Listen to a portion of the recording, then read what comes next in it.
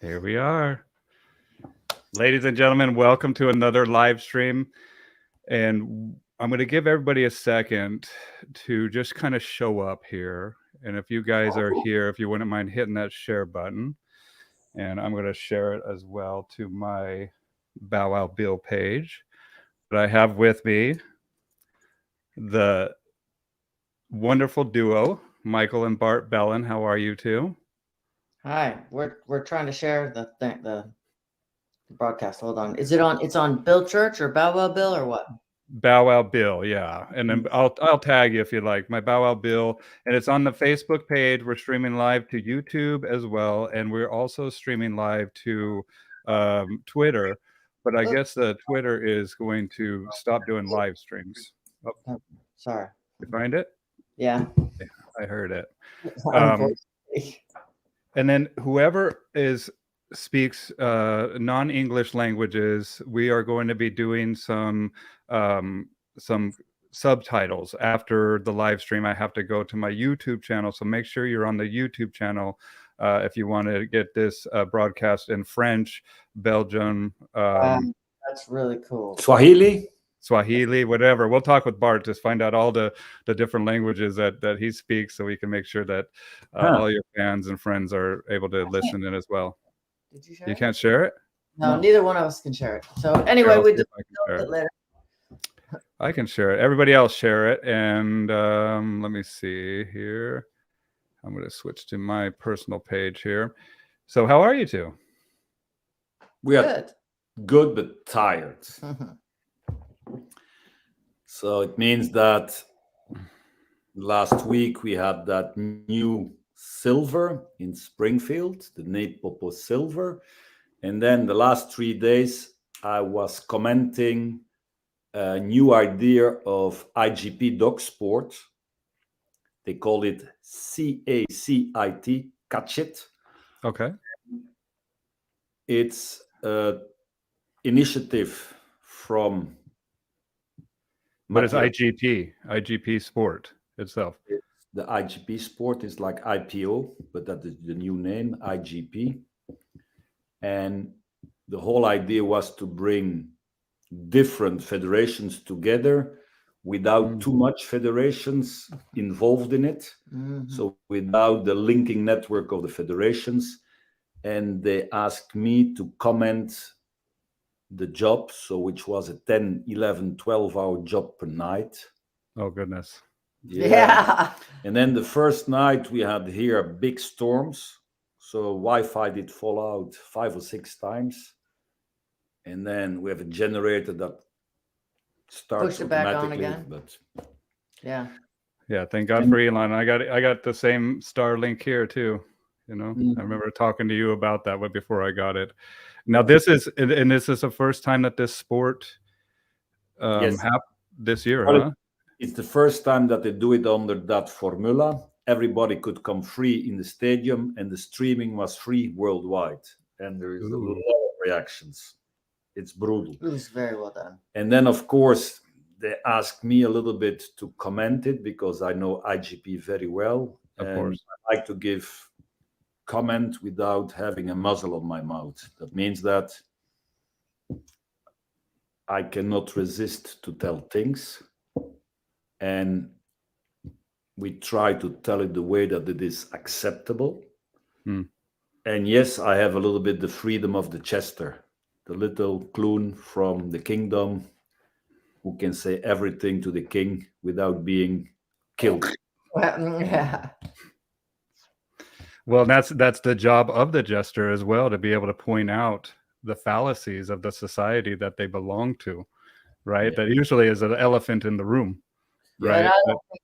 I don't think he said anything so provocative. It was more informative and made it interesting to watch with some details and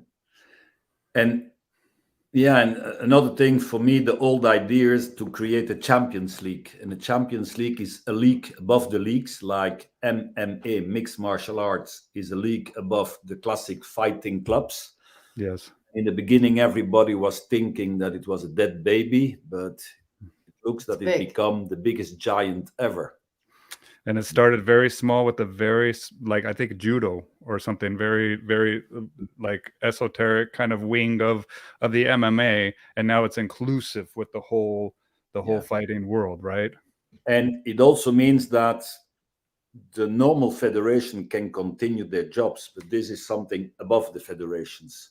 And that's very important to understand for everybody, that it is not an initiative to kill the federations. It's just an initiative to go above the federations, even without the rules from the federations later, and to go for a new event where there is a little bit more spices on the event to attract people. And live streaming, perfect. So the whole world was online. The whole world in IGP world, yeah. I've always, one of my favorite sayings is secrecy is the enemy of healing, right? And so anytime that we bring clarity to any subject, it brings about an understanding that brings about healing as well, I think, and I think that we have a disconnect with animals, and it makes sense that there might be a disconnect because we love these animals so much, right? And I remember when I first got involved with dog training, it might be the same for you, Michael, because we were mostly with pet dogs, right? And we'd walk into these houses and we see these people just loving on these dogs. And I started out with purely positive, right? Only that's all I wanted to do was these purely positive type of philosophy. And I started to see that I entered into these situations with rose-colored glasses of like only purely positive. But another one of my favorite quotes is like, when you're wearing rose-colored glasses, the red flags just look like normal flags, right? And so I wasn't able to see the red flags right away until I saw a pattern of behavior in front of me. And usually it came about with competing motivators within the animal, right? Whenever I had something that I wanted to give them as a positive reinforcement, they wanted something else way more than this treat or this reward that I wanted to give them, right? That's the big problem from the moment, Bill, that the way you just were thinking in the past, most people are there. That means that most people owning a dog start in that emotional field, like you said, yes, full of passion, but they are unaware that they are incompetent, totally incompetent. And then the next step is that they become aware that they are not competent. And in this industry, it bites you in the ass a lot of times when to show you how incompetent you are, literally bites you in your ass. Then they start looking for more information, and they go to seminars and they buy books and they buy whatever. And then they are starting to be cognitive, very competent, but they cannot switch it around in reflex, response, and in practice. And then the level higher is the type of people that do it on automatic pilot. And that was, for example, my case. The first time that I was Belgian champ, it was an automatic pilot. And then people ask you, hey, come and give a seminar. So that started in 1992. And then the first time you stand in front of the public, you realize, bloody hell. What do I do? Yeah, what do I do? You are outspoken after 5 minutes. And after years and years and years of brainstorming, the head starts to understand what you do on automatic pilot. So, and that's why Michael and I started that school, to tell people the whole cognitive process. And you went through the school, but it's not because you went to the school that you are a perfect dog trainer. No, you are weapon. I'm not perfect. But nobody is perfect. We are not perfect either. So we still learn. So, but in a short period, you received so much information so that you don't have to look for the truth for 20, 30, 40 years. And that's the whole point. And that positive only, that's that big quantity, because that's the big danger. What you just said is most people start there. And for the politicians, they are votes. Most Very- people. Yeah. And what is very strange, Bill, is that in this dog world, the most votes are in the hands from people that know the less. If you go to other professional sports, decides what the rest of the pyramid will do. Not in dog world. In dog world is the opposite. And the politicians tried to catch a lot of votes in that basic level of the pyramid, and that's what happens now. So, and that's why Michael and I, we realized that what we do in the old type of gold, we only reached maximum 30 people, 40 people in silver, and then the hands-on dogs, maximum 10 people. You cannot reach enough people because there is millions of people that are very passionate, but they are very incompetent, and they are not aware that they are incompetent. Yeah, And they don't know what they don't know, basically. Of course, and we don't reach them. So, and the way that Michael and I and a lot of professional work, you cannot reach them. That's why we decided, and that's the topic, to make it more open to the big public. That means that we did kick off the train, the new Nepopo Silver. So we did find a big event hall where we can host, in this case, maximum 150 people. And we were very fast full. So we had to open a second school that is now in June coming. And that again is nearly full. And then we are so much under pressure that Europe said, hey, why are Michael and Bart staying in USA? So we have to open a new Nepopo Silver in Europe also. And that's also filling up like a train. And then Australia is also knocking at the door. So everybody's pushing. But now comes the whole idea is that we reach more people, and that the people that went through that new silver program will be trained in the hands-on dogs by our, and there you are part of it, our multiplicator, the gold multiplicators. Yes. And every multiplicator is specialized in their specialty. It can be service dogs, it can be pet dog industry, it can be bite sport, it can be sniff world, whatever. right. So everybody has their specialty, and they will teach the hands-on dog. So that is that we can reach much more people to make a block against those million people that are ignorant and have the votes. And later we're gonna do the online Nepopo New Silver, that we can reach the whole world, and like you said, that people can in their language via YouTube, Right. via subtitling, follow the Nepopo New Silver. Because Michael and I, we have so much demand.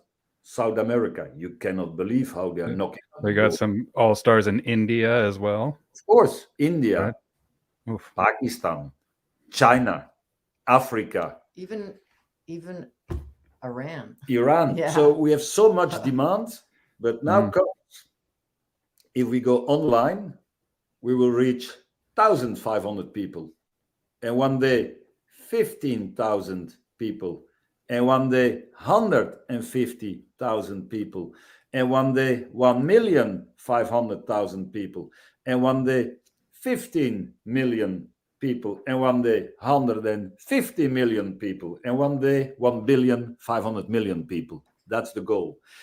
And now we are politically a very interesting partner to hook up with for politicians. Now we have something to say, not because we know, but because we have a quantity. Right. Because politicians always go to quantity. And for years, Michael and I have been the secret spies from sport people and people that wanted to know more, like you and other. And then we do something else also. We are pushing a lot of money in a game that will come online, application that people with their iPhone can play positive reinforcement. And when they play well, the system will push them to negative reinforcement. And when they do well, the system will push them to Nepopo.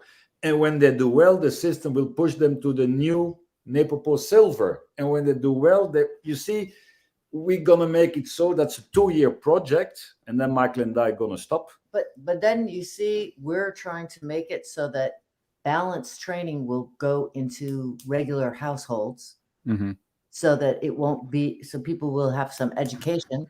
And it's a little bit like the cassette, or how do you say it? The competition. Yeah, the competition, because that where they are showing it live, where everybody can watch it, and where Bart was moderating it and explaining it, is again making it accessible to the public. And maybe in the beginning there's not that many people interested, but maybe it grabs a few people, and then it grabs a few people more, because he's explaining how it's going, and it's free, and it's entertaining, it's entertainment. So I think it's all pushing in the same direction, which is very good, to make it everything accessible to the public and not to only stars. Well, and I remember when I was watching some IPO stuff at Jackie's place, and when I was doing the school, and I was right next to Bart, because I'm a pet guy. I don't do the sport work, right? And so I'm like, what's going on, man?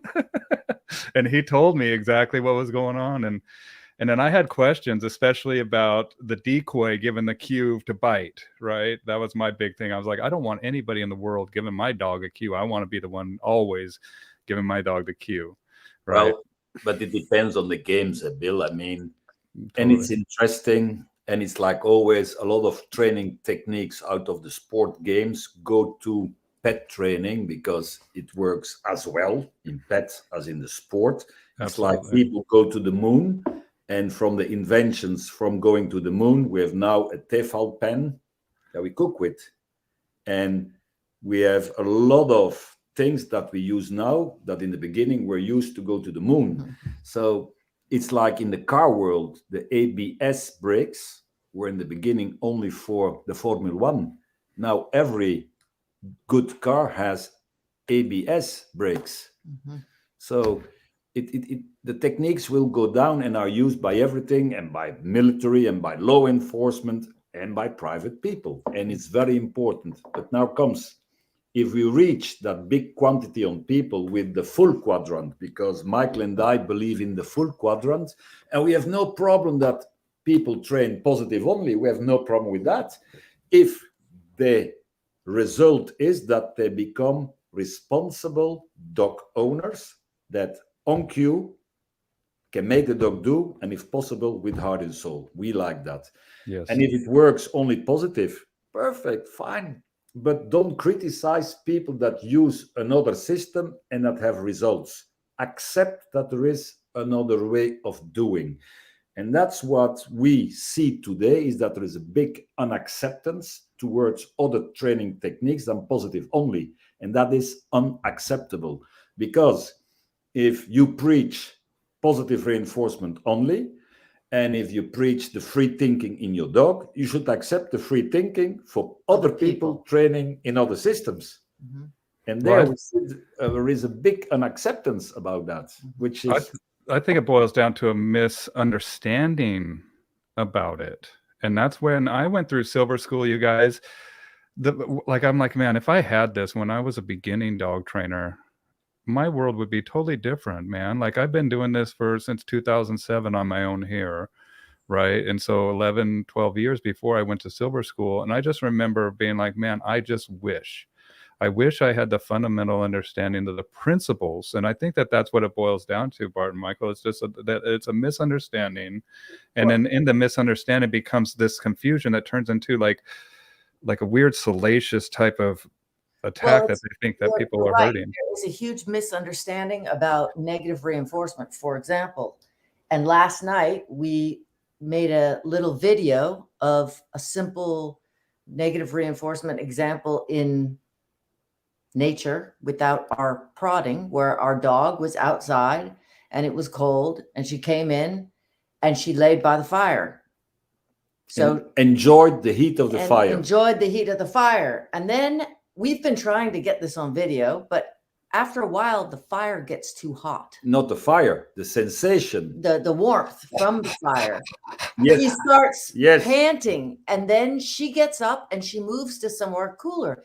And again, that is a perfect example of negative reinforcement, whereas most people misinterpret negative reinforcement and they call it aversive and they think it's punishment. And so all those things are very What was very typically at misunderstood. that example that Michael explains is that the comfort of the heat Mhm.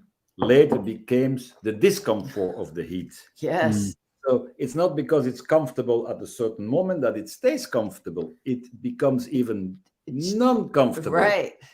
And we go back to that Maslow pyramid. People that live in Maslow 4, it makes them feel very uncomfortable at a certain moment. And then they want to go run in the desert with no shoes and no water, for example. It's strange.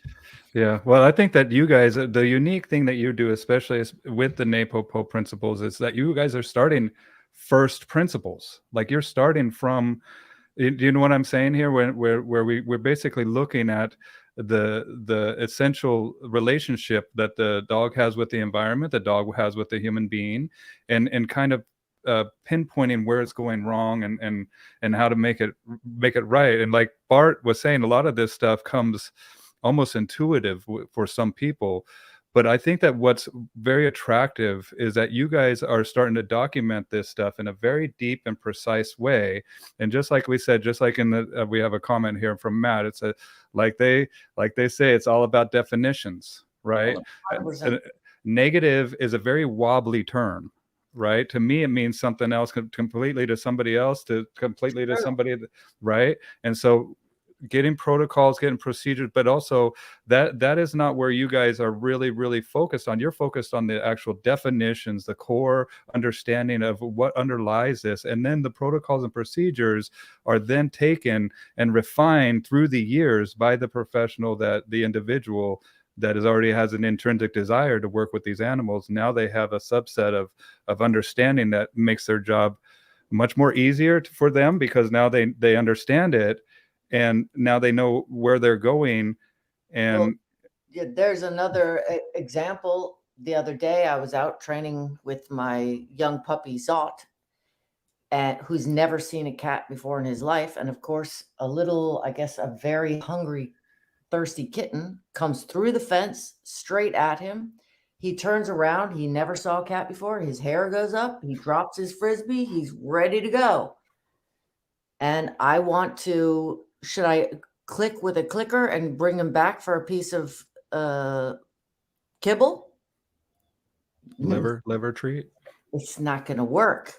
So I gave him a little aversive stim that no, he's not allowed to go and chase after and kill that cat. And because that's the nature. Eh? no, that's I mean, it's normal that he would want to do that, but I have insurance. And then after that, it was not so high that he avoided the kitten. And at the end, the kitten came over and they were friends. So sometimes you need a little negative. Well, and then the definition again, animal welfare. It's forbidden without valid reason to inflict pain or to make, in this case, the dog suffer.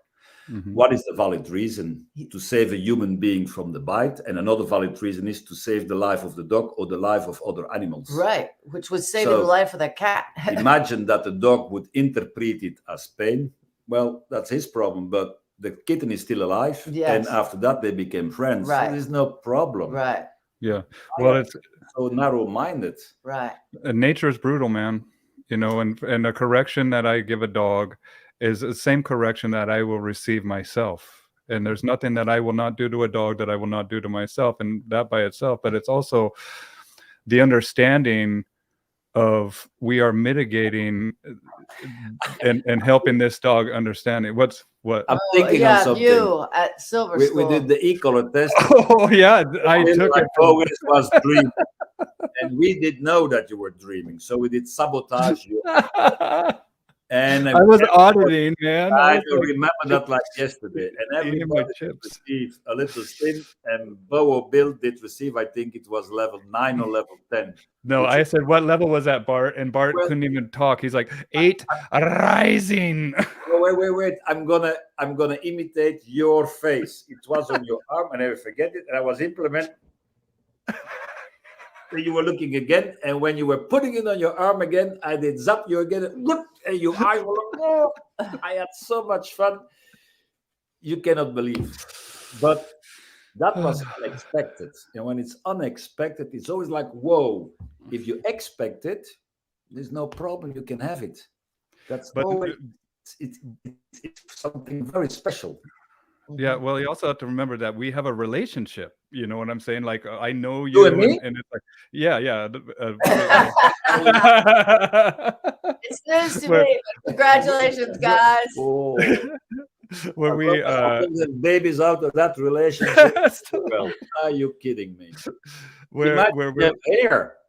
well, I was thinking that it was another lady. Remember, I thought it was a lady in front of me, and then I look up at you and I see your face laughing, and I'm like, oh, you son of a gun. Oh my goodness. And then I was like, Bart, what was that at? Because I'm holding my chips. I'm eating my Doritos or my Sun Chips in the other hand. And Bill, you know, we like to laugh a little bit, but to go back to that 1,500,000,000 people that have information of the full quadrant, a lot of them will continue and they will come to the full information, because the whole idea is that they're starting games. Michael and I are strong believers that every exercise with a dog also should start with a game, that it is in the advantage of the dog to do the exercise. An example, I was commenting that competition 3 days ago, and some people cannot control the dogs in competition because it is not a game for the dog, because there is no advantage for the dog. You must find a system where the dog has the advantage, and the advantage of the dog must be the advantage of the dog owner. And that dog will always stay on the highway. We call it the advantage highway. Why should the dog go away from that advantage zone? There is no reason. Right. So it must be a rewarding road. They must want to, Of for course. whatever reason. Of course. Yeah. And then, a long story short, we did do a little bit videos yesterday, and then we have our dog, and then when she barks on that Dog dog trophy. she's in such high drive. She loves it so much, and then on purpose we drop a ball, and she say, "Huh." Barking. I'm continue barking, and the second can also, okay, I'm gonna. And then with the ball, she goes back. That means that for that dog, barking is rewarding. That the control position of making the ball come out. Yes, and what people must understand is, if you train a dog, even in rewarding, you give the plus reward. The plus reward comes behind the behavior. The idea is that the behavior becomes the reward due to classic conditioning. Right. That's the big advantage from negative reinforcement. When you stop the little discomfort, the behavior is immediately the reward. There is no bridging in between, and that's why it goes faster. Because the more bridges you have, the longer it takes before the bridges bridge to each other. And that's what people don't grab. It's magic. But to go back to those 1,500,000,000 people, once we have that, we are a quantity that politicians cannot ignore anymore. And we go for the full quadrant, and we believe in licensing. We're going to push for licensing. What people don't understand is that all the shit that happens in Europe will happen in US. When Europe is sick, USA is sniffing, and vice versa. When America is sick, Europe is sniffing, and the rest of the world, the same thing. So and certainly today, due to internet, it goes much faster. That means that 1 month ago in France, in the chamber, that is where they decide the new laws, they call it Assemblée Générale. There is a lady from the left wing that says, well, I have a new proposal, new law proposal, no more pinch collar for dogs, no more choke collars, and no more e-collars, exception the French army because they use Nepopo. That law proposal has been nearly unanimous accepted by the chamber. So now the Senate must vote over that. And that will be, I think, after September. If the Senate votes the same thing, that it is only allowed with, for example, Nepopo, it's about licensing. We did not lobby for it. We did not try to influence people. What we did is we did teach people in the French army, and they did do a good explanation, I suppose. But the main thing was that if in the army a dog bites an enemy, the dog owner must stop that bite ASAP, because if they don't, it's the Geneva Convention that comes in the game, and the Geneva Convention overrules animal welfare. That means that that soldier has big problems because he cannot make his dog out because he has no tools. And you can train a dog 1,000 times in training on what we call sleeves or whatever, protections. The real bite is something else. That means that that soldier cannot make his dog out in reality. And if I'm the soldier, I say, well, to the judge from Geneva Convention, my colonel did not give me the tools to react, and I was never trained for the reality. And you know who goes in jail? The colonel, because he's the responsible. That's how it works in hierarchy. So they did understand that very well.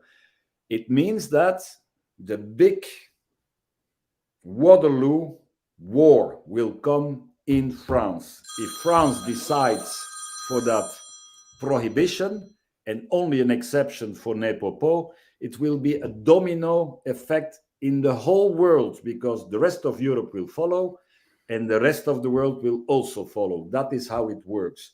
And at the end, you know, there is nothing wrong about the licensing.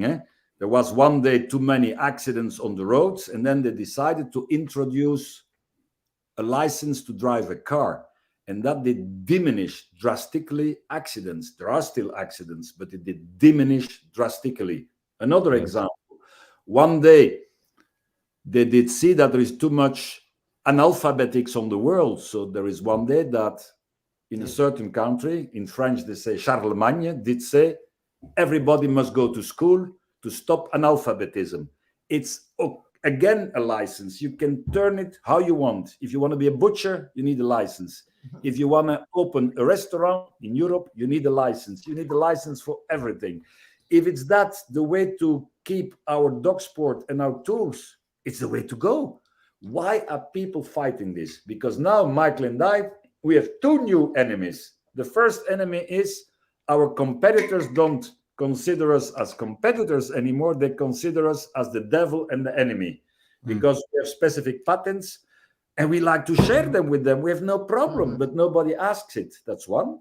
And two, and that is even worse, the dog trainers that don't want a license prefer that everything goes in the ditch than to follow lessons. Can you believe that? I can. Yes. I can. But it's not. I mean, there's so much to unpack here, you know. But I think that it makes sense. Politicians, you know, whenever they hear this, like choke chain, pinch collar, e-collar, all that stuff, automatically they're turned off.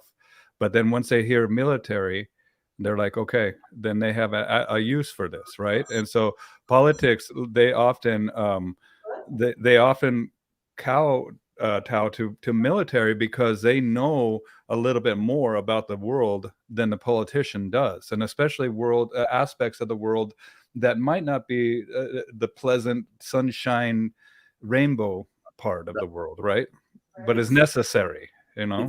Yes, and it's easier. In France, for example, the politicians will follow the majority. If the majority says we don't want it, the politicians will say, okay, we don't want it. But then comes something else.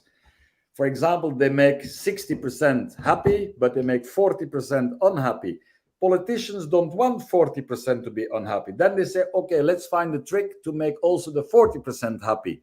The licensing. That's what's going to come. And not then everybody happy. well, and the politicians like, how do I get this off of me? Where could I put this? I'm going to put that in the military or somebody else that, hey, it's not me that's making this decision. I voted for, and so And it's what totally amazing us is that since that thing happens in France, there is something going on in the whole world. So it's not only in France. So maybe it's after Corona that people don't like anymore to follow like a sheep. We have the impression that worldwide there is something going on and that people are a little bit standing up, and certainly dog trainers, because, for example, what people don't understand is in Germany, if they catch you with a pinch collar or e-collar working your dog, the maximum penalty can be 5 years of jail. And the maximum financial penalty can be 25,000 euro, which is equivalent to $25,000. No, it's more. A little bit more. But that's why they don't like to tell people. So people are a little bit afraid to work with those things. And that's why they shut them out. The majority shuts them out, and there is a vocal minority that makes sound like for a whole army, and everybody's afraid. Michael and I were not afraid. But we are at the age to not be afraid, and we have a little bit money in the pocket to fight the ammunition if needed, and we not let us slaughtering, believe me. But there is things going on worldwide, and we see there is a revolt coming, and that's good. And for the moment, that flow is there, and we're not going to stop. We're not going to stop it. We're not going to stop it. And the dog community is big, and we need a lot of votes, and all the federations should become vocal, but you don't hear them. If only the Federation of Hunters would speak in US. Every state has minimum 1 million hunters. I think you have 50 or 54 states in the States. What is it? 52? 50. 52, 50, whatever. 50, but we don't recognize Puerto Rico and Guam, I think, is their Okay, so 50. Let's go 50. If 1 million is the average, some have less and some have much more. There is 50 million votes already in hunting world only. We don't hear them. How can we bring them? 50 million. I think that Nepopo is something that is missing out of the hunting world too, and that's what I've experienced as a trainer. And I've been traveling around. I fly to different areas in the country, and I'll work one-on-one with my clients and their dogs.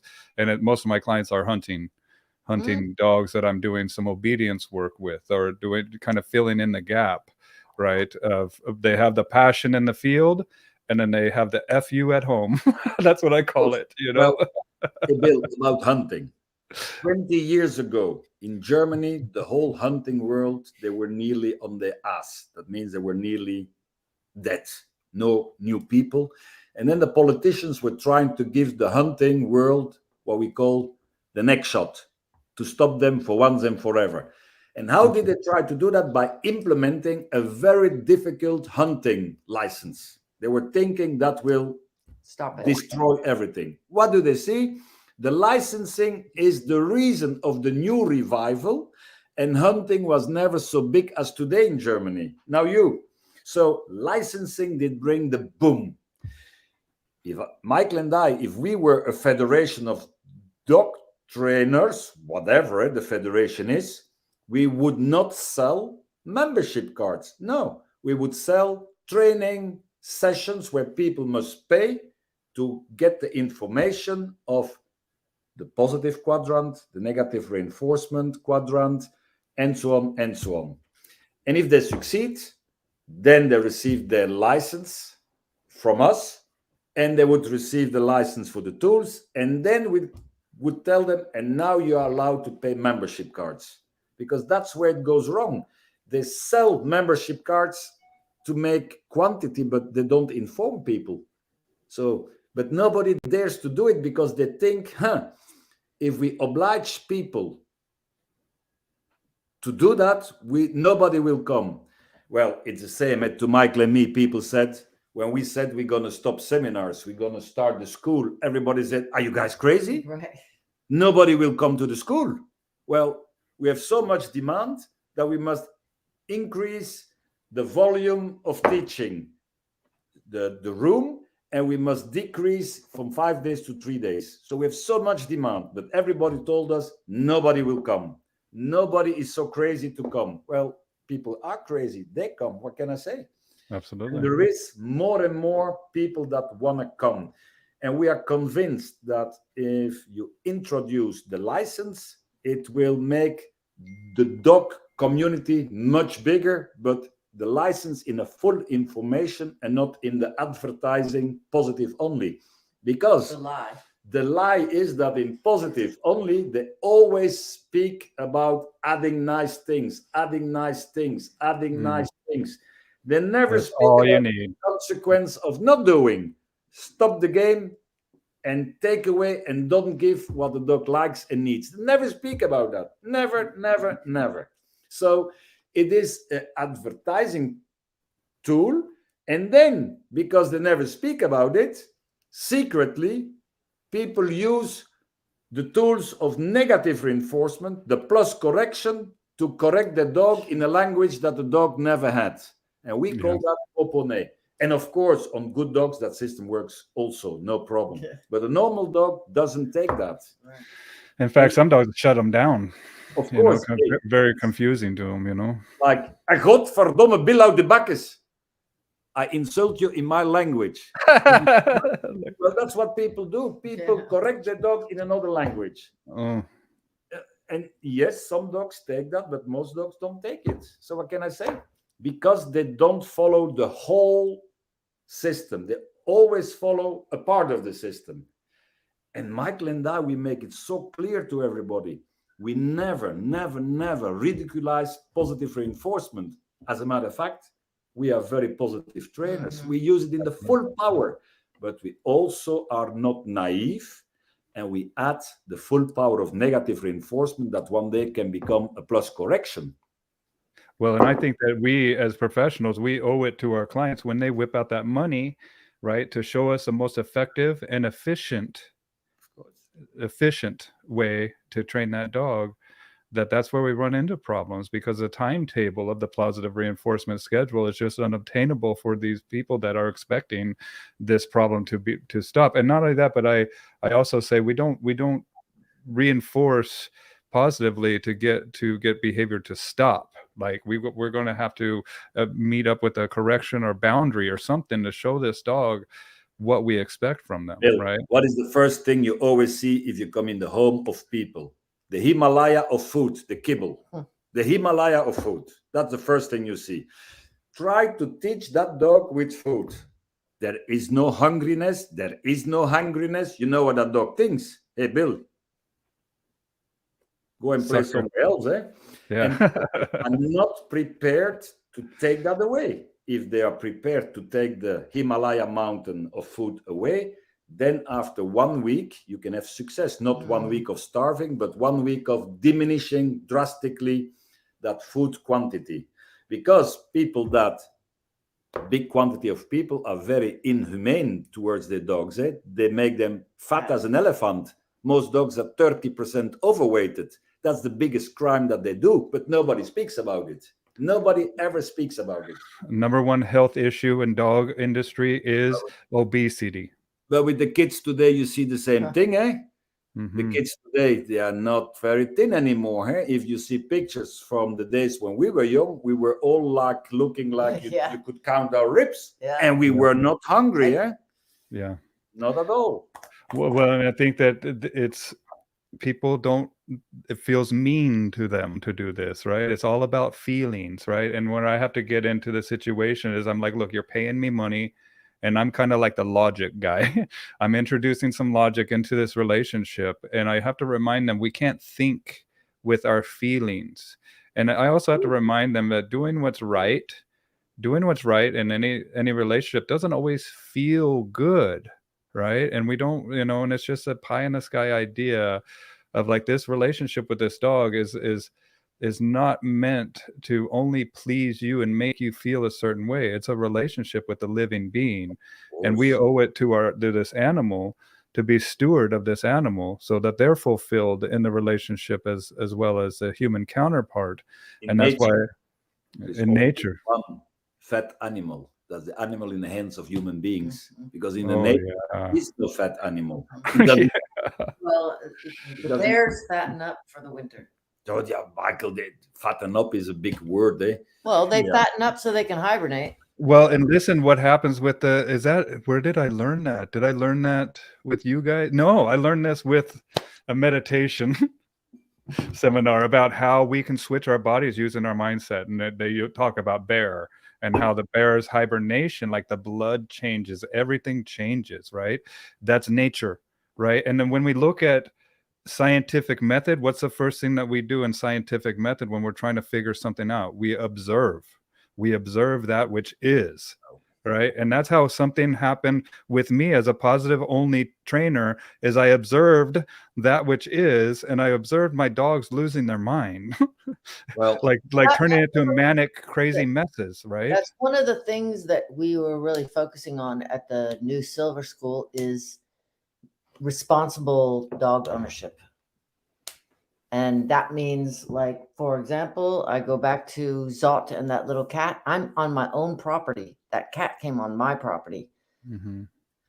So responsible ownership means you're prepared to protect your dog and other animals and other children, other people. Responsibility is the ability to respond.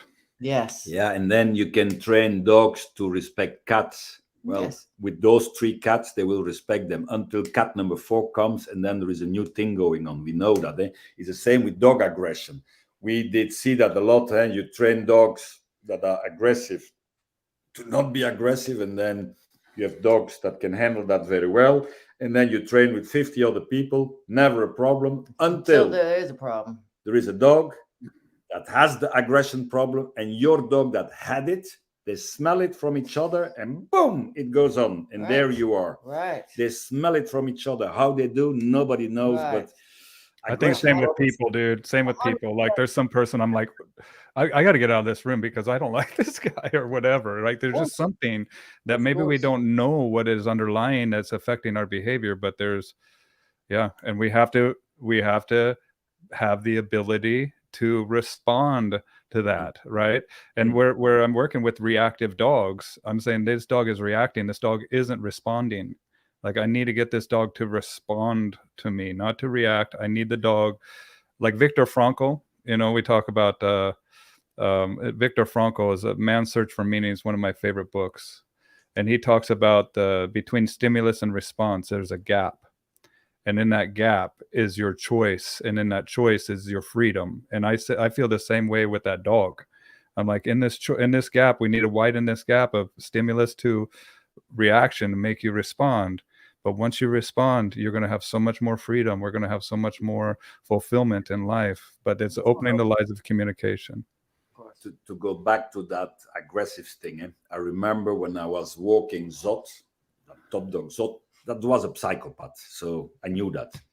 But full under control, and I always had his e-collar on so that in case of emergency, I could always interfere. So, and Michael and I, we like to walk our dogs free, so to give them freedom that they can enjoy and run and whatever.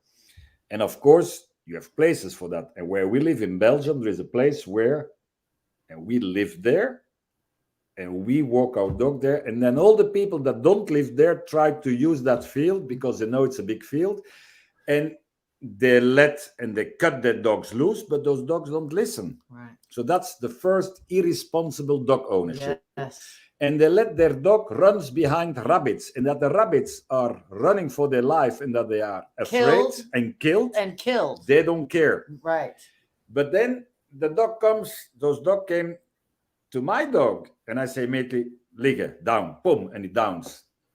And he had always a dumbbell from 6 pounds in his mouth. That's a dumbbell, clack, and he holds it. And then I tell the people, hey, your dog is aggressive and he wants to attack my dog. No, he's friendly. Well, friendly, my ass.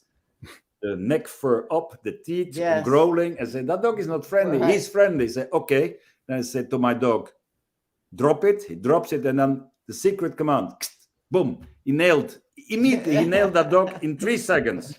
So I gave him the fun to fight a little bit for 3 seconds and go back. The other dog was screaming and did run away. So if people don't want to listen, they must feel and their dog must feel. That's the worst. But the next time that they saw me, immediately they were leashing up the dog and they turned around 500 yards. Mhm. Another anecdote. I'm running around the fort where I live. Stay fit. And then there is, and I never forget it, it's not a golden retriever, it's that Irish setter that followed me, and the teeth up. I stop and I watch and where's the owner? And then there is a lady, it's my dog, he's nice. I said, okay. I continue running and then again in my legs, and try to bite me. And I stop again and say, hey, lady, that's not a nice dog. He's nice. I said, okay. And I continue my run. And then again, the dog was there. I grabbed the dog. Immediately and I jumped with him in the water because I run around the water. And I jumped and it was winter. I never forget it. I jumped with that dog in the water and I did keep him on the water for 2 seconds and then I let him go. You never saw a dog running away so fast. The lady was pissed and screaming. I don't give a shit. The next time she saw me, the leash was on. That's how it must be. Right. They are irresponsible. Right. And they should not let that dog run because if I'm afraid, it's me that is dying and doing in my pants. Right. And they don't respect that. So there are a lot of irresponsible dog owners. Mhm. And I don't know why, but they are like that. Right. And A you lot of cannot people are, what do they call it? Where they think they own the world, you know? Entitled.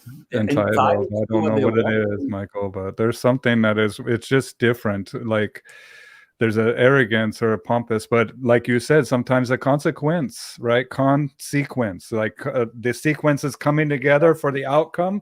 It could be good, it could be bad, but here's what happened. There you Today, go. if that lady would say, hey, what do you do? Then I say, well, this morning I did wake up as a Rottweiler. Right. I feel like a Rottweiler and I must fight with other dogs. Yeah, in those days you couldn't do In that. those days, that shit did not work. Today, that does work. What can I say? Well, I think that there's also been, and I think it always boils down to our feelings, man. I think that this really boils down to the problem with the industry boils down to people just not feeling or just not understanding, but it boils down to our feelings. And there's a reason why corporations spend billions and billions of dollars to get people to view their product in the emotional arena, right? They want to get the people to fall in love with their product so they buy it without even thinking. People already love their dog, right? And so they're already in that emotional arena, and that's where we work and live. But what sucks is that it's so emotional is that a lot of times it's void of reason, and people try to use their emotions to navigate the relationship, and they think that love is all that they need, right? But a jacket, is that a jacket for dog? The harness. The harness, yeah. Recently, I did read it was a healing harness. I never saw a healing harness in my life. It's always pull harnesses. So no pull, yeah. Healing harness? Yeah, to heal. Anyway, and I was thinking, how can you make advertising for that? And there is people falling for that and they buy it. And of course the dog is not healing. Of course the dog is going to pull. It's a pull harness. That's why they... Oh my That's goodness. why sled dogs wear a harness. Of course. Because they can run and pull. It's the nature of those dogs to do opposite reflex. That's why the reason why licensing coming back is an important aspect of anything is that it brings about a standardization. Yeah. And that standards, like even like I think that there are very little standards when it comes, especially in the pet dog world, man. Like I just want a cool dog to hang out with me and chill on the couch. That's basically what, and I'm like, well, I mean that I want that too. Big pet by Pet Mark, no, at Pet Expo. No, not yet. Not yet. 99% from all the products sold there, the dog does not need. It's the owner that, like you said, is in an emotional way and they buy it. It's the owner that does buy it. The dogs don't need it. Eh? They don't need it at all. But that's the whole business is based on that. Eh? So, and for me, It's business, nothing wrong with that. But it's like you say, they play on the emotions of people and so on and so on. Well, they make contraptions that strike at the leaves of the problem, right? Which don't even work, right? And then they make promises that are untrue, and I don't like that. That's unethical to me. And I think that a lot of times too, I'm in situations where I'm fixing a problem that has been made way worse by a so-called professional. That's why he was barking. There is somebody at the door, and we live on the big farm, so Michael must go. Oh, it's all good. Hey, Bill, you know that we like to keep it short. Do you have specific topics that we must go over? Yes, we do. So I want to talk about the collar innovations that you're doing with the collar. Okay. And the Martin Systems collar and what we're adding to the collar. And then I also want to go, because we have a lot of comments, so I want to go through these comments. And if you guys have any questions, go ahead and type them in the comments here, and then we'll see if we can get them asked here. So let's talk about the collar. About the collar. Michael and I are the full owner. It means 100% of Martin System. That means that Michael and I did kick out all the products that did not have the patents that where we do believe in. So it was for us very important. So we did kick out our anti-bark collar because there was no contact measurement in the anti-bark collar, and because there was no SSC in the anti-bark collar, and because our anti-bark collar was not better than the competitors. So we say, no, stop that. We did push out of our portfolio the invisible fencing, which again had no contact measurement and which had not the consistent, reliable stim. We said, out, we don't need that product. And our co-workers were very unhappy when we did take that decision. Are you guys crazy? So maybe, but let us do this. We believe in it. So we did kick it out. Another thing that we did kick out is the GPS, the MPS from Martin System. Because the MPS, the GPS, is a very complicated tool that was bought by people that are 60 years plus, people that do have the money to buy 15, 16 colors because they run in a pack, but they are technically not up to the level of product. So they went for hunting on the weekend. They were too lazy to read the manual. And then, of course, if you don't use your product to the manual, it cannot work. So it causes too much problems. And then not only that, but then they threaten you because you become responsible for their idiocies of not knowing the product. We say, whoa, whoa, whoa, out. So we did keep the products that do have the contact measurement. What people must understand is that 95% from all the people with all the brands, also with our brand, they do not have contact with the contact points. The contact points don't make contact with the skin. And due to that, the low stim is not felt by the dog because that low stim is not enough to make bridging electricity. It's 18 hours. That's why they crank it up. And at a certain level, there is enough energy and it jumps over. And that's what we call the bridging electricity. That's what we call the III stim. It's the dog that does III, and if it's not the dog that says III, it's the owner that says III because the dog bites him. So contact measurement is a must for us.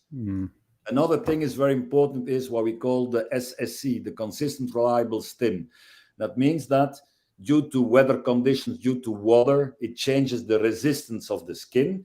And for example, when a dog is in the water, the dog comes out of the water, the skin is totally wet. That means that the conductivity is easy. That means that the sensation of the dog will increase. You implement the same level, but the dog will feel it 2, 3, 4 times more. And that's why the professionals always have 2 hands and they non-stop are rotating and reading their dog. But Joe Bob cannot do that.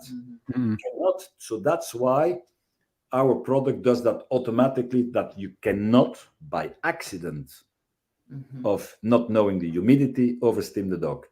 Another thing is the finger kick, which is a very practical tool, which gives you better timing and more discretion for Europe. And you have your hands free. Then we have the chameleon patent, that is the patent about the mechanics where you can put contact points on different spots to decrease necrosis possibility and to decrease the fact that dogs desensitize on the same point. And you can add more You or can add less to make it more or about less sensitive. the contact measurements. Michael has a horse, and we do a lot of tests because they say horses are tough and then they need a lot of electricity to respond. My ass. A horse can feel a fly on their back. If they And you can see it with their muscle. You can see their muscle. Of course. And some people say that it's just reflexive, that they're not thinking of that, but they still feel it and it's annoying. So it's nagging to them. So what we do see is that, and we saw that immediately, we don't have contact with horses. And then we ask our engineer, he did research. Horses have a fur that is 3 times more dense than the fur of a dog. 3 Makes times sense. more. That means that it decreases by factor 3 the chance that you make contact. Interesting. And the chance that they'll feel the original contact measurement stim is higher for a horse because they're very sensitive. Now, that's why we changed everything. Our engineer did change everything. And Michael, she was showing a few videos how she can recall that horse from 100 yards, 200 yards, 250 yards. And of course, in the beginning, he was trying to not react on it. And then tap, tap, tap in the aquarium stairs until it came in the direction of Michael, and then Michael stopped stimming. That horse is very intelligent. Now it goes, when Michael calls, it gallops to Michael, and with hope, ears up, and very proud. It means that story from horses are very strong against stim is bullshit. They are even more sensitive than dogs to stim. Right. My dog is using a higher stim than my horse. Of course. By a lot. Of course. So horses are very, very sensitive. Yeah. The question is, why do you need an e-collar for horse? Because you sit on the horse and you can give you tactile commands, which is true. So good horse riders say, why do I need it? Well, I need it when I sit in the buggy, and if the horse is in front of me to go left, right. Some people do it with the reins. We like to do it with the tactile commands of the e-collar. So we do innovative work because we believe that those tactile commands, left, right, will become the tactile command for the dogs, which we do camera work with, where most dogs in the camera work are trained the opposite way.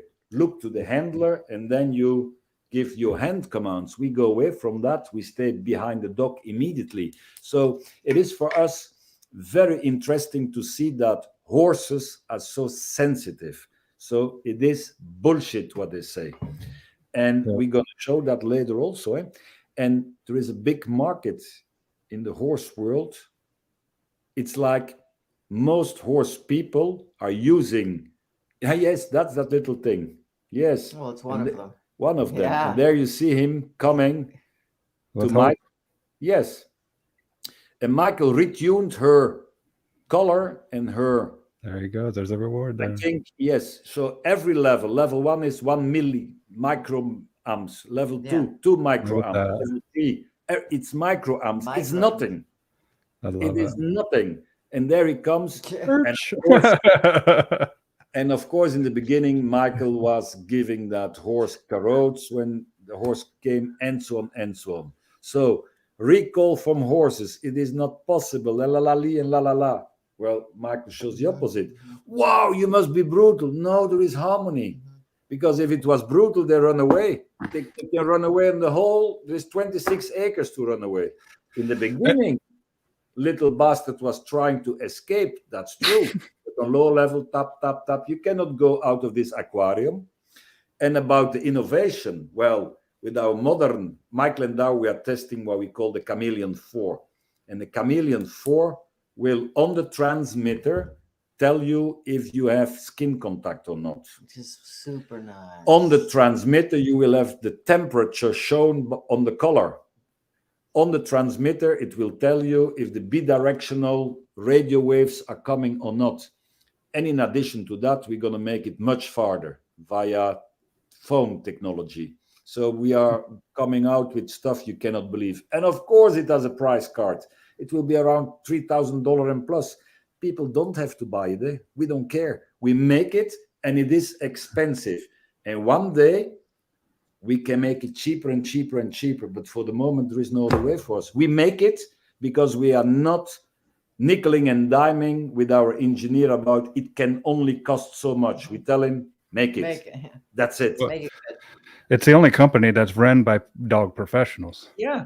The Yeah, rest we of them know are that. ran by engineers, and so it's worth the money. And that's what I tell people. I don't buy anything else from my clients. Bill, you know that last school, we did invite our whole management to come to the new Nepopo Silver School. They were there.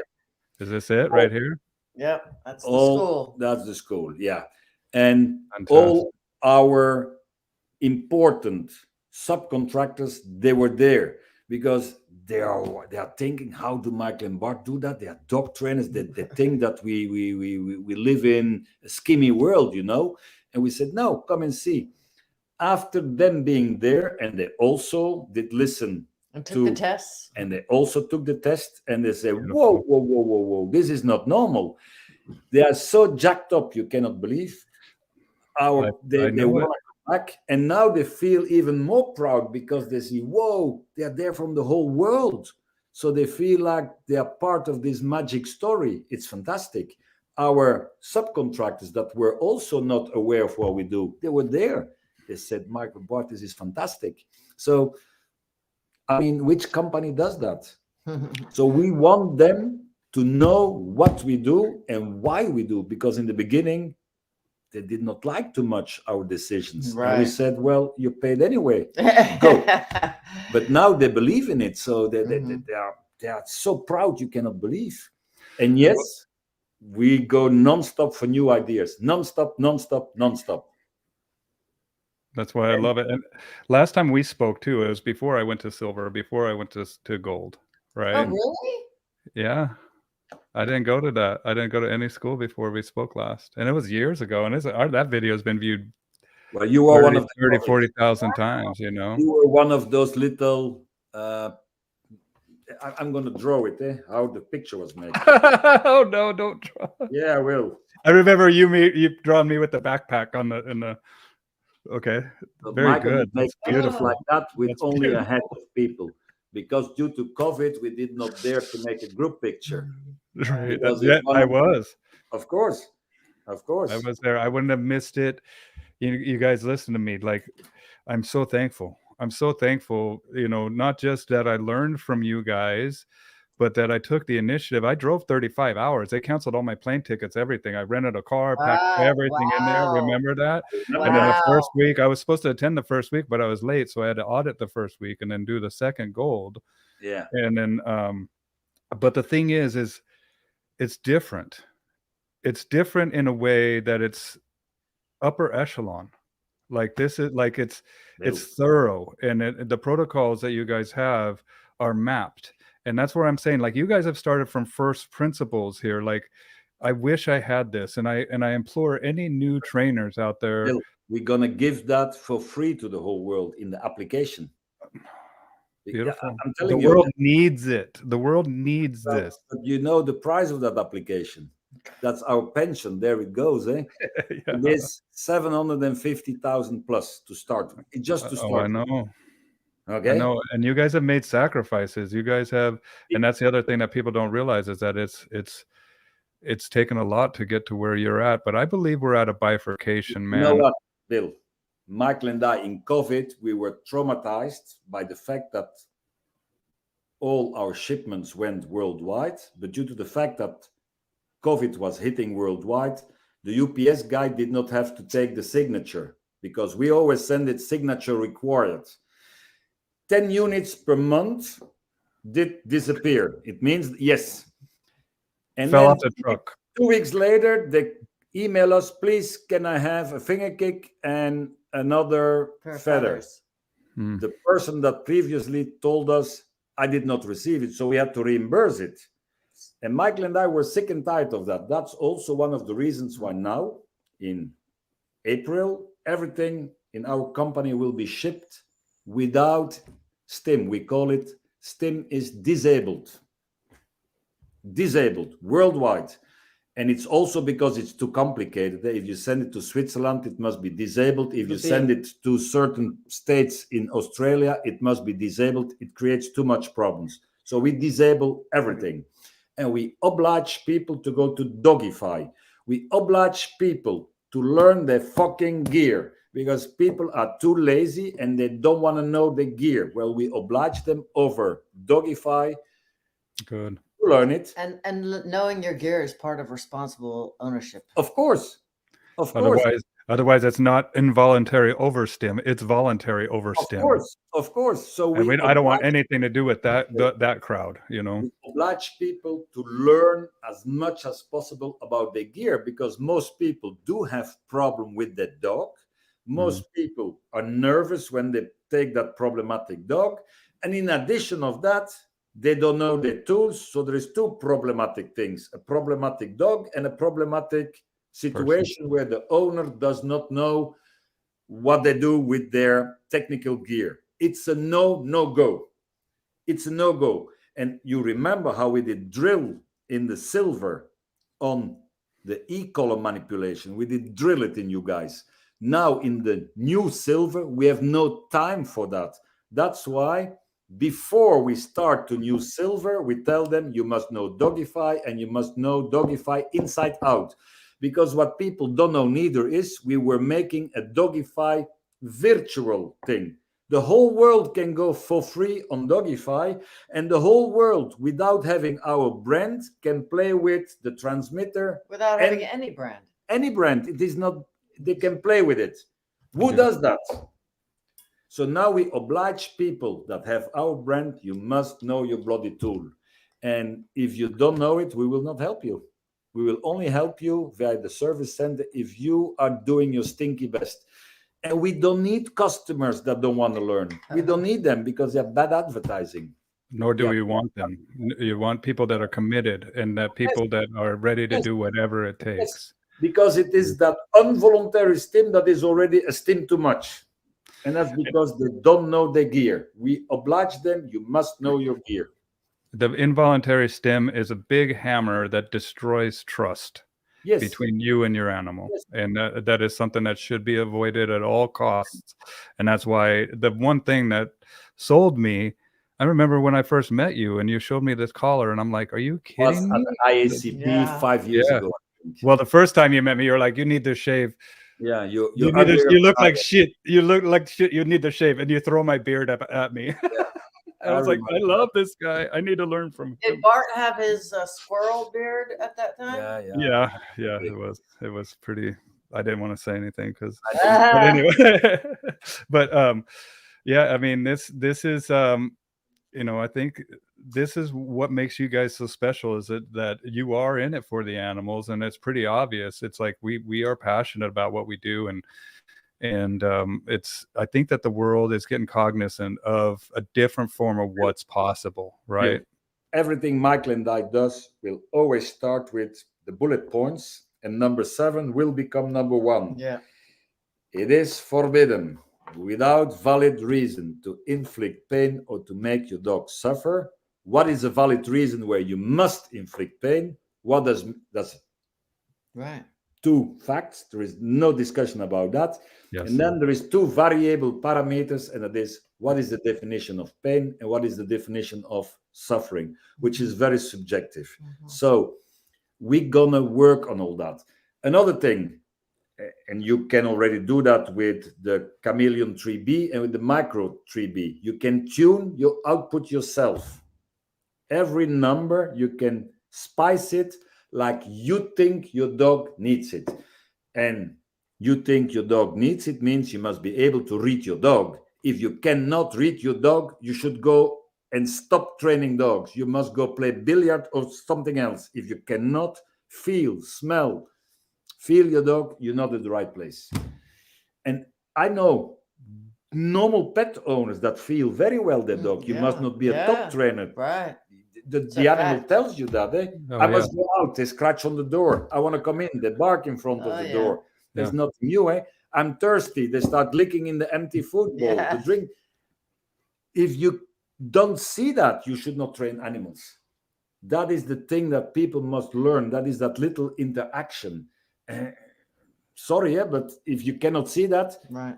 don't go to a dog trainer, because that dog trainer will train your dog, but you are too lazy to implement all that. So what Michael and I always tell is train the owner of the dog. And if he doesn't want to be trained, you don't need a customer like that. Right. You Amen. don't need that stinky bastard. What can I say?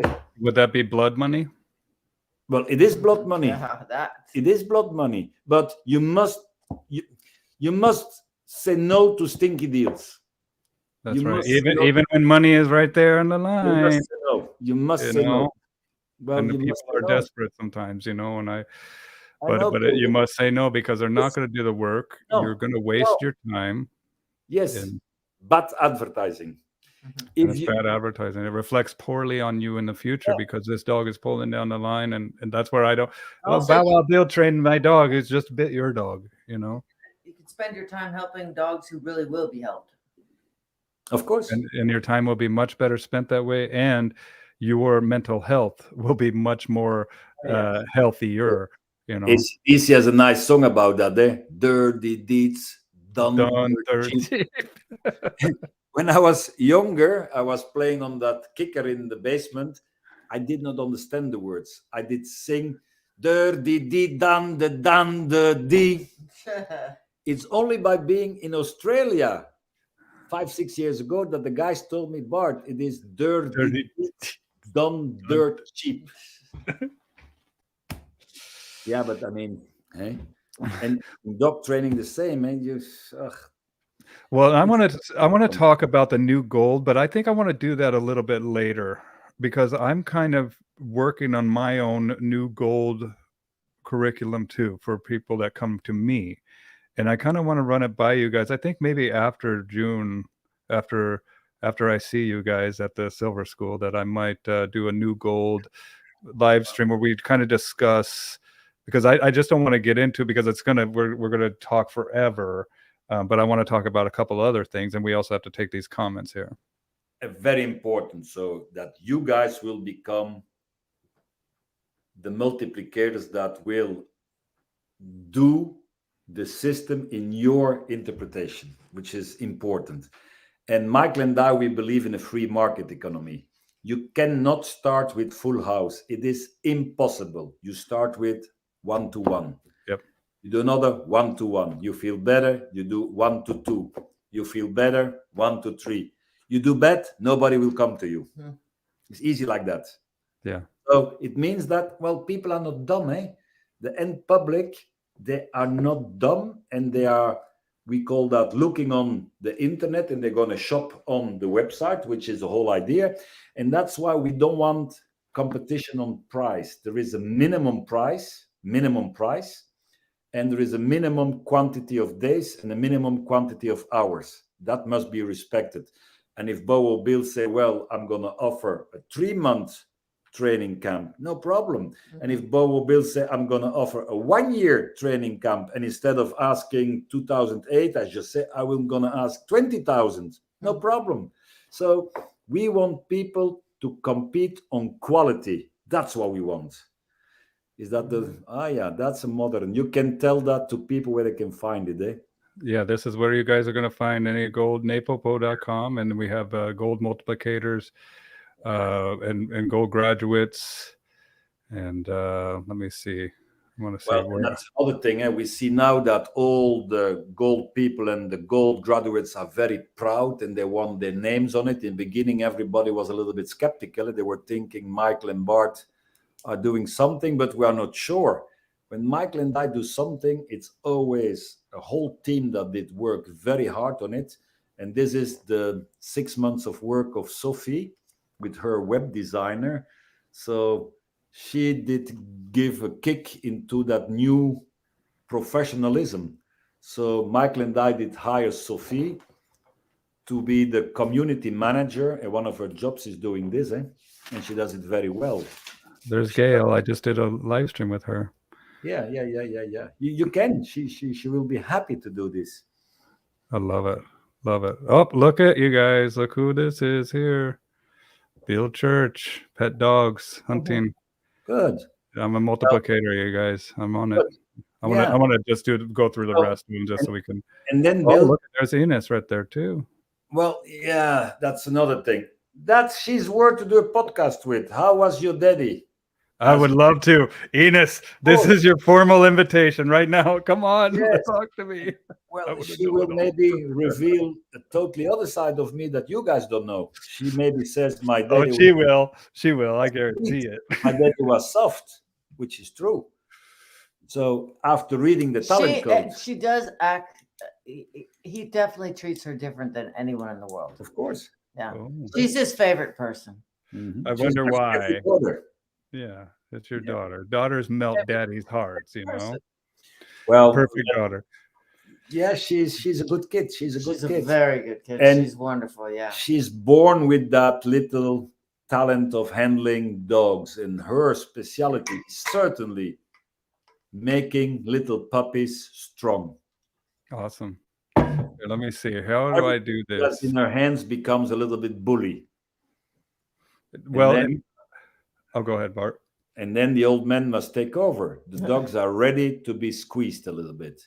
It's the best dogs because they are free thinkers. Right. They just need a framework, allowed, not allowed. She's very responsible. Yeah.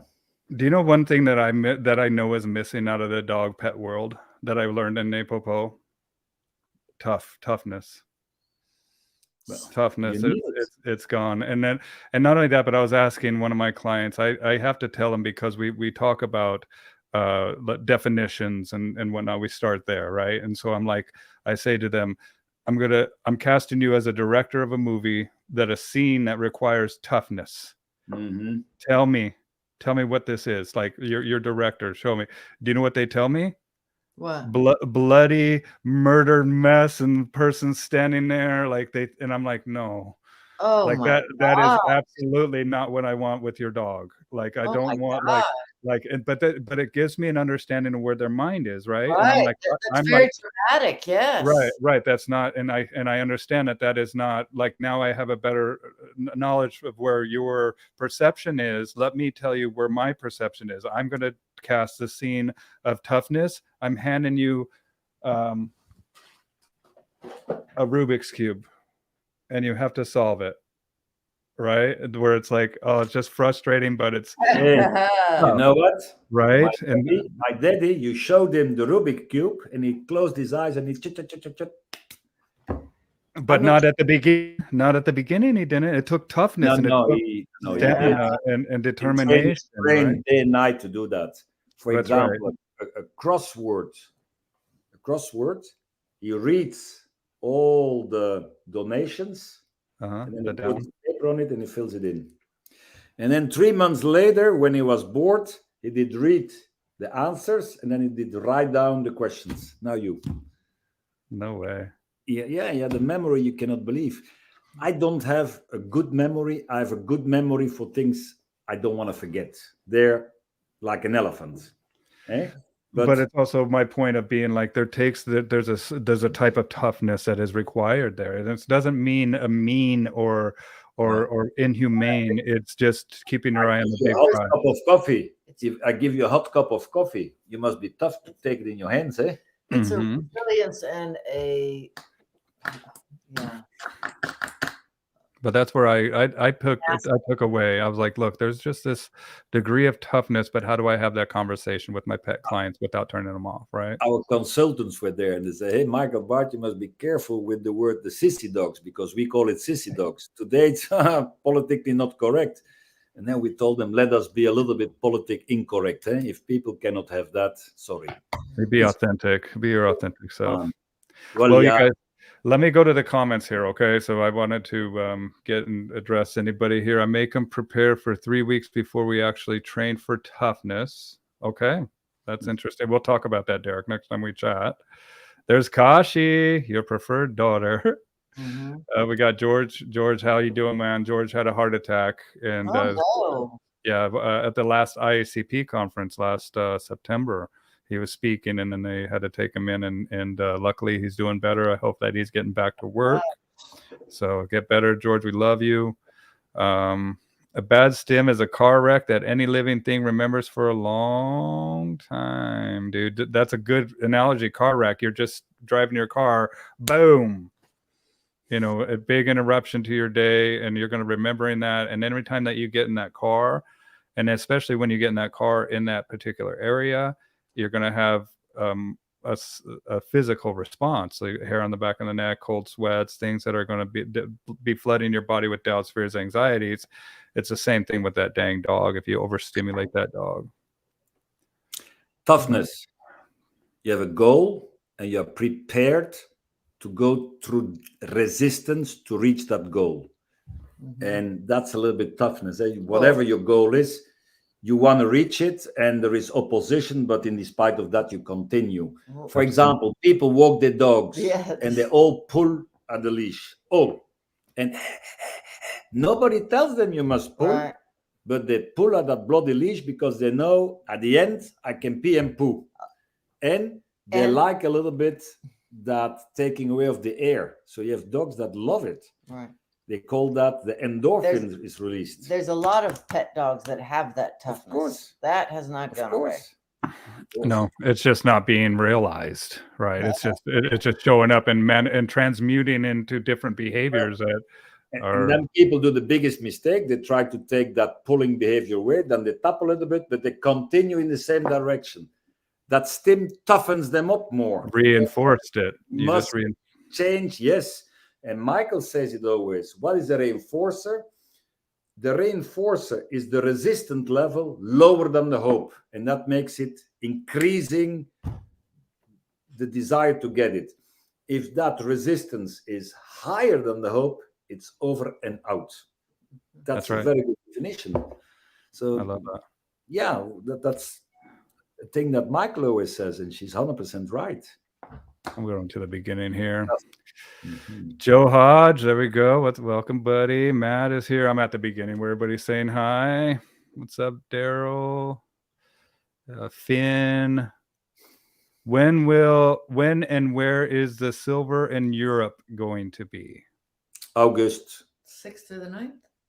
In the Netherlands. In Holland. And they write to Sophie at nepopotraining.com. Or our website has or it they already go to the website. Yeah. If you can, you can show Bow Wow. You can show Bow Wow Bill. You can show Bill on the website. You can the events. Okay. Yeah, on the events you just and it will be in English. Yeah. Here, I'll share it really quick. That's probably, we hope, the last one. Yeah, but we're pushing from all over the world. But events here, right? Yeah, just go to events. New See, there you go. There you go, right here, 7th through the 9th of August. Spots available. And then you would just click there for more information. And then, look at that, you guys. Exactly. No.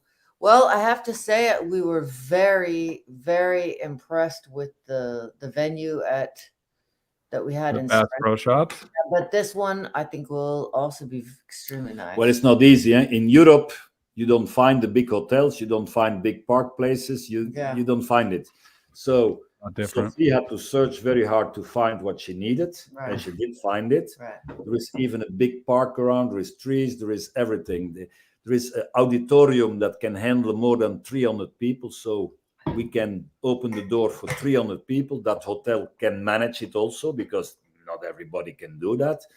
If there is less people, no problem. I mean, we go, and after that, we hope it's over and out, and then the online will take over, and then it's like you buy a CD-ROM. Today you buy, how you call it, a disc. And in spite of that, they don't. It's all gone now. Like you just buy a little. You can listen to the Rolling Stones for free, or you pay a little bit online. But in spite of that, or AC/DC, in spite of that, those guys perform in thumb drive or whatever. Yeah, we'll have live also. So, but in spite of that, people still want to go to a full stadium where AC/DC performs. Because it is a little bit different in person than. I love it in person, man. Shaking hands and meeting people and discussing. Networking. Meeting people. Yes. what Michael and I do see is that meeting people is a big part of the success, where lookalikes sit together and speak about their passion. Yeah, people with And you can find out who's a pretender really quick. well, a lot, but everybody's nose is in the same direction. At least we hope so at the school. So Oh, yes. meet other people who are following the same passions that you are. So Well, I'm not necessarily talking about the school. I'm talking about when you get together and talk about passions, you find out really quick who's on the game and who needs a little bit more work too, you know. And that's what's beautiful about just sharing. And that's one of the reasons why I do this live stream. When will online instructions be available? we don't know. Okay. We're working yeah, on it. yeah. I think next year. It could be, yeah, it could be Okay. a year or more. Cool. Really special thing to hear such impactful people take a positive on the drama nonsense without any involvement in it. Love it. Mm. Yeah. Yeah. A lot of I don't even go to social media. People are telling me, did you hear about so and so? So, and I'm like, no, and I don't want to hear about it, man. Right. Like That it's like is fantastic. Yes. But, Stay away. but Yeah. we are on social media, and social media is a monster that eats you. Eh? Yeah, So you better believe it. You cannot believe how it's good and it can be bad.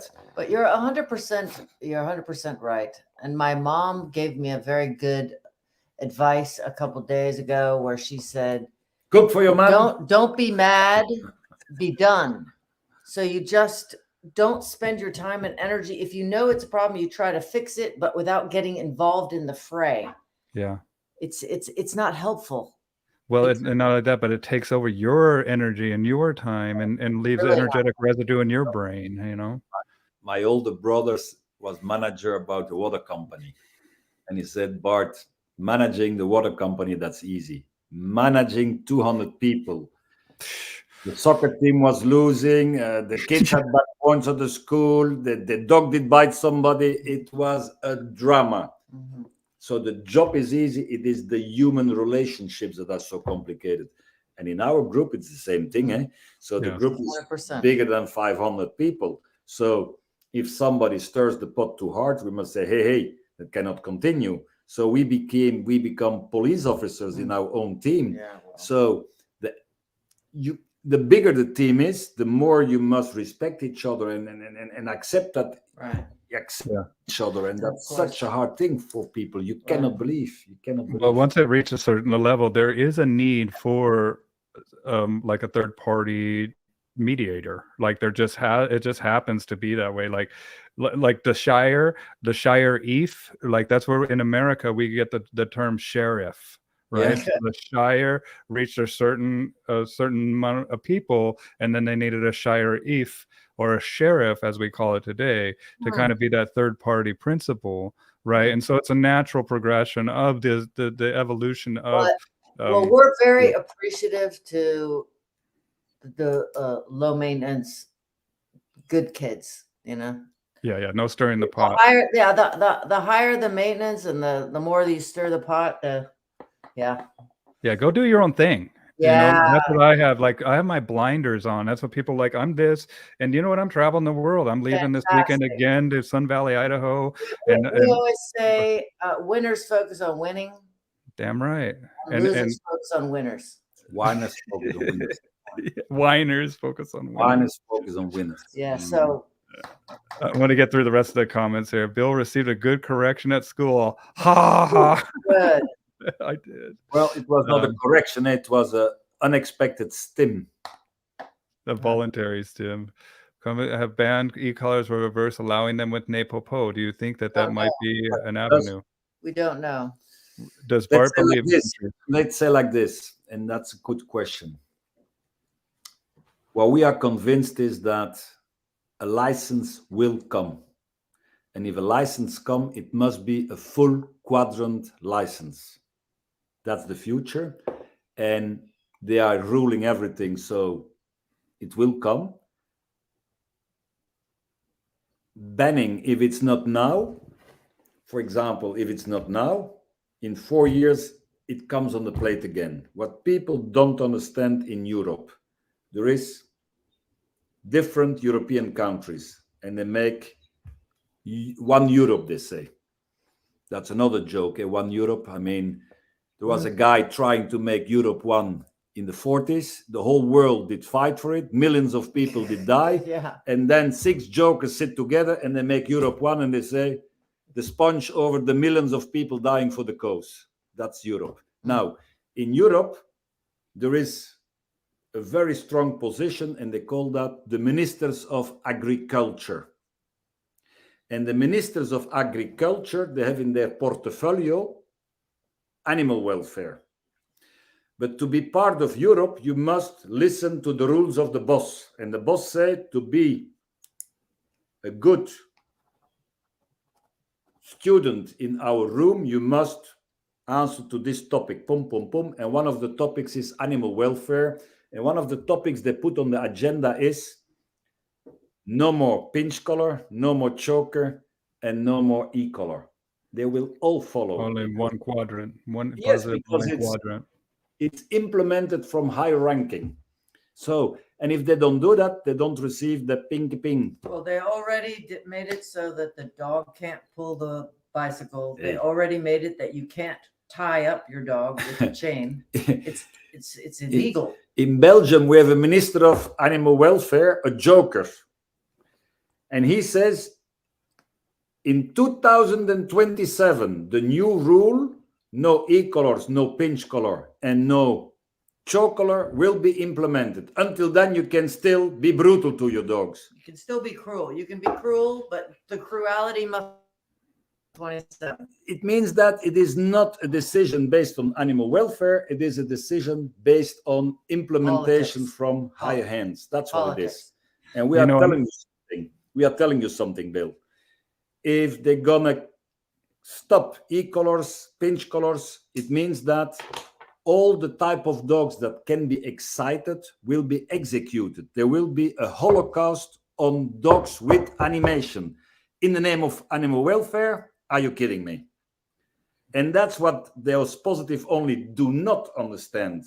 They have their agenda, and they have no problems with the massacre on hundreds and thousands and millions of dogs. No problem at all. In the name of animal welfare. What a joke is that again? Are you kidding me?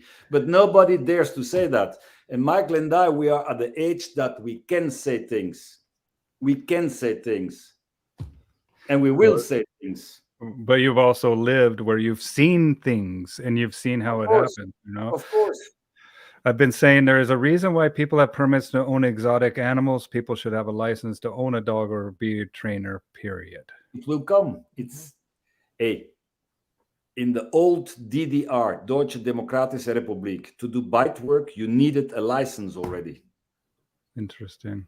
Yes. The problem is AR groups. What's AR groups? Animal rights. Animal rights. Animal rights groups turn different sects of animal industry against each other. The others, they will be balanced trainers that think hunting is cruel, hunters that think that rodeo is cruel, etc. That's how the animal rights extremists win. Let us fight amongst ourselves and finish up the last. Divide and conquer, man. That's 100% right. It's what people don't understand is that animal rights people are very dangerous, and they act under the skin, under the camouflage of animal welfare. That's the big problem. So all of us, we do active animal welfare, but those animal rights bastards, they do everything to sneak in the society and to, with very emotional movies, try to win the cause, and they are winning the cause. And they are very good at that. And their extreme agenda is no more animals in domestication, no more cats, no more that. They prefer all of them in the wild. Be free. Well, that's what's going to happen. They're going to die because they rely on us to. Bill, I'm going to tell you something. I think 15 years ago, I'm in Berlin, Germany, and I do a seminar, and they did host me at the, how should I say, in an apartment close to the club, but in the city. And they told me, Bart, you must be careful at night because wild boars are running around in the streets. I said, huh? Wild boars? Yeah, because the hunters are not allowed to shoot them anymore. But now the whole city is infected by wild boars. Infested, yeah. There were so many wild boars that they had to pay professional hunters to kill them. So they don't know what they're doing. You cannot believe. You cannot believe. Oh my goodness. Here, let's see here. Malinois GSD became no more. What breed would you choose to replace it? That's an interesting question. Well, say that again. I did not follow the question. If a German Shepherd and Malinois became no more, what breed of dog would you choose to replace it? What you knew became no more. Well, if there weren't any more. A skipper key. Your Easy. favorite, No.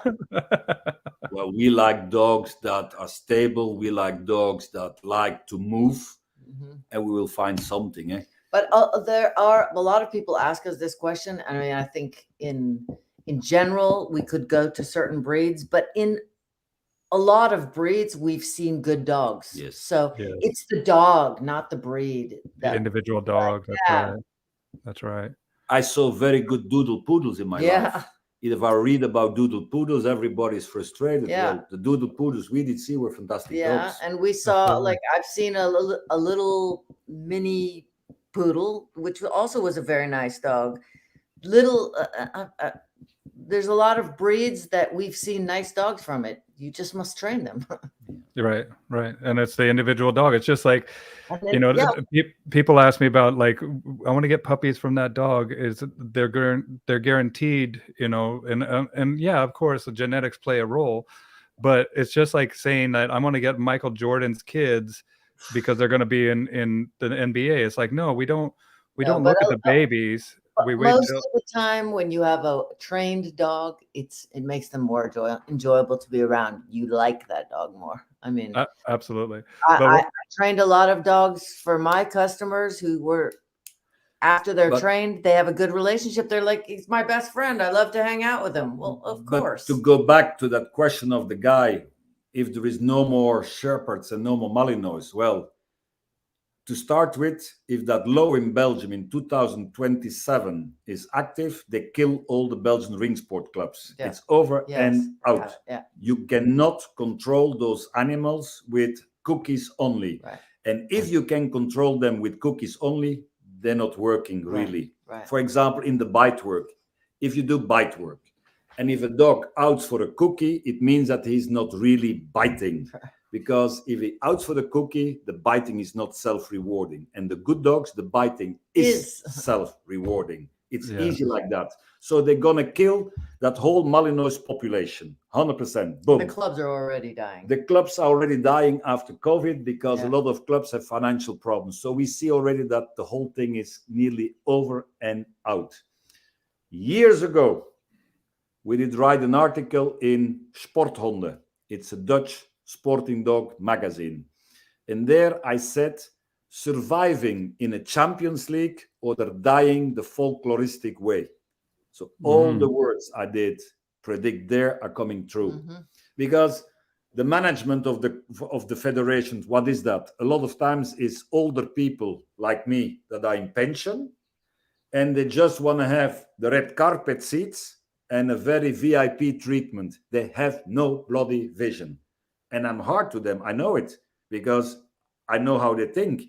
If they would manage our company the way they manage the federations, our company would bankrupt within 3 days. So those people, they have a lot of goodwill, but they are not the right people on the right positions.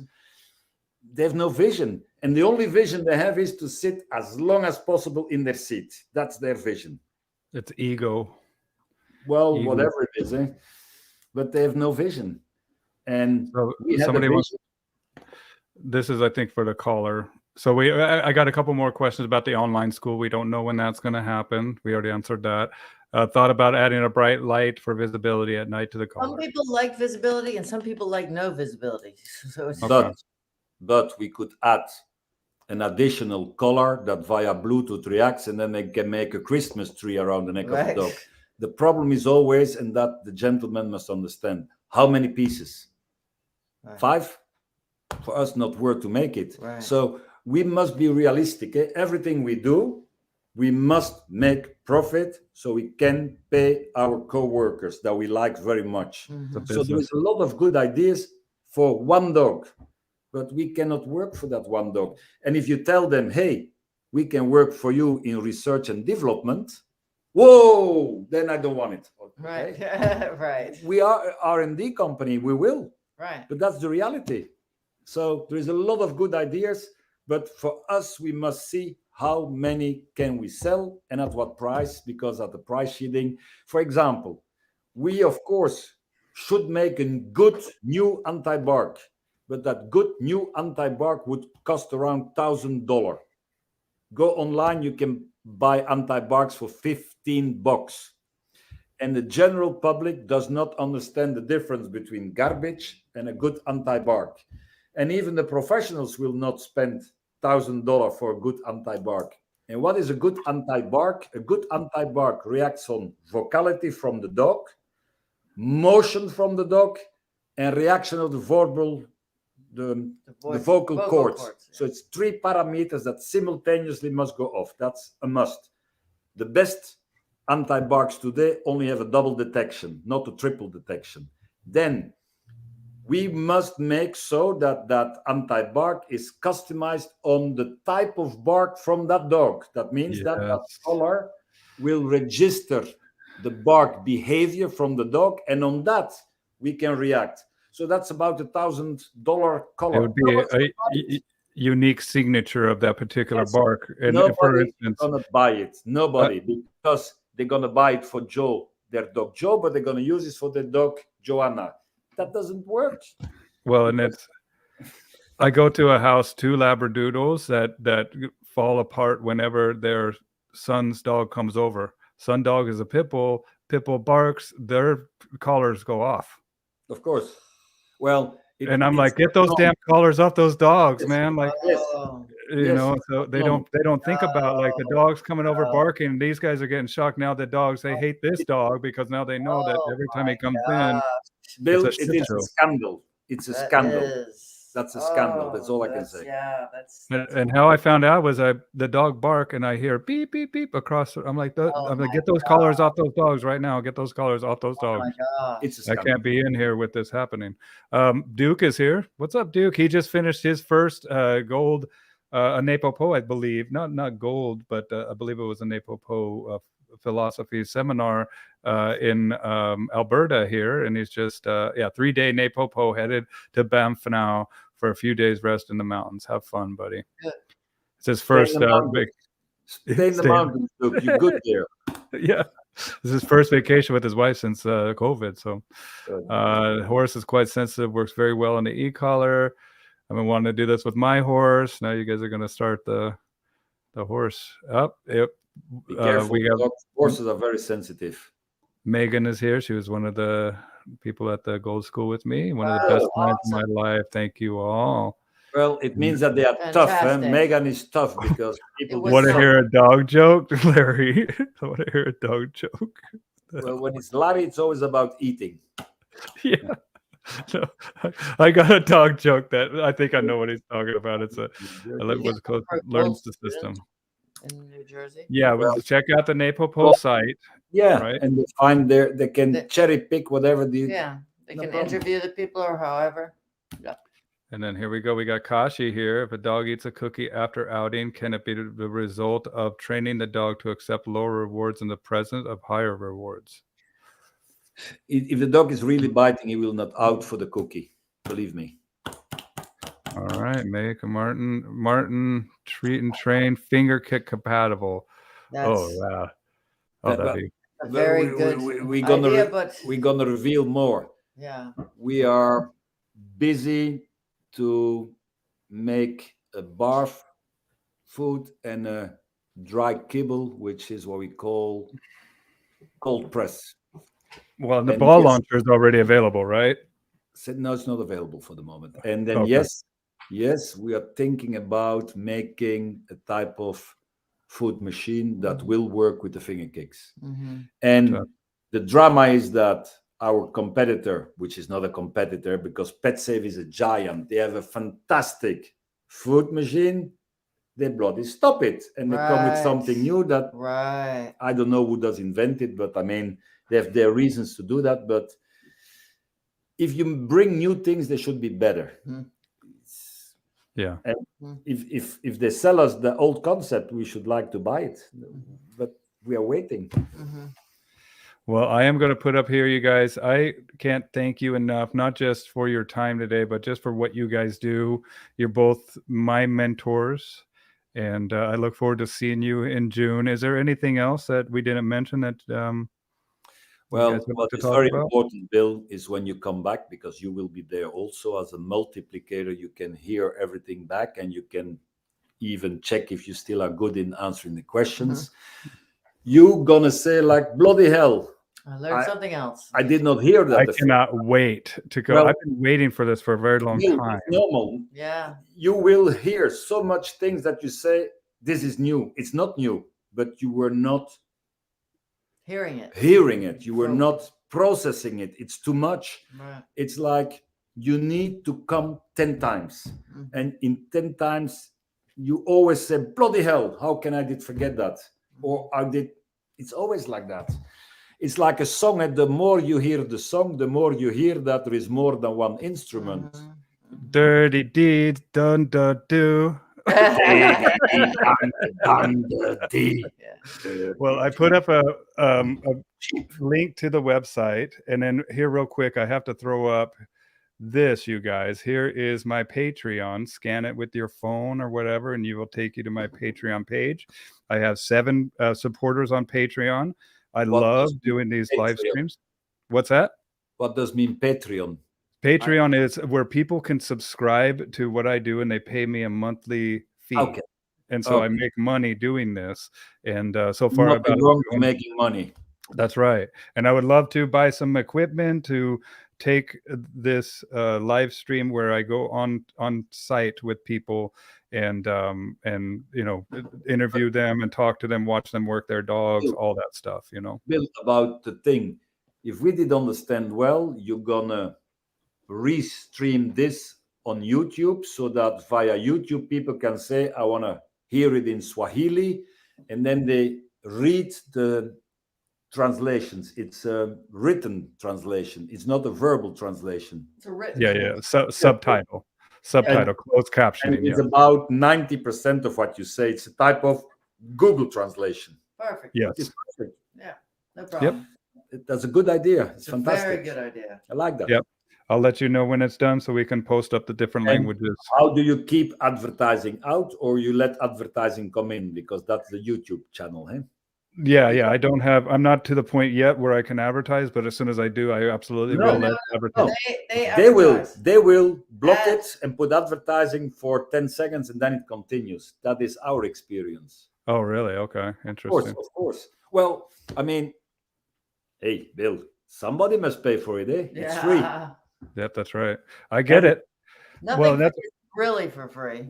Right. Well, it's included. That's what I tell people. Like, it's included, but there's a price somewhere. Something is paying for this, you know. Yeah. And there's also an incentive why it's included and why they're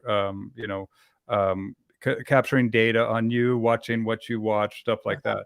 And the other thing with the Patreon, I'm going to be doing stuff that is only going to be available on the Patreon platform too. So it'll be exclusively there too. Nice. Cool. Awesome. Well, you guys, thank you. I'm going to say goodbye to you two in the studio. So stay right there, but let's say goodbye to everybody here. Bye, everybody. Thank you.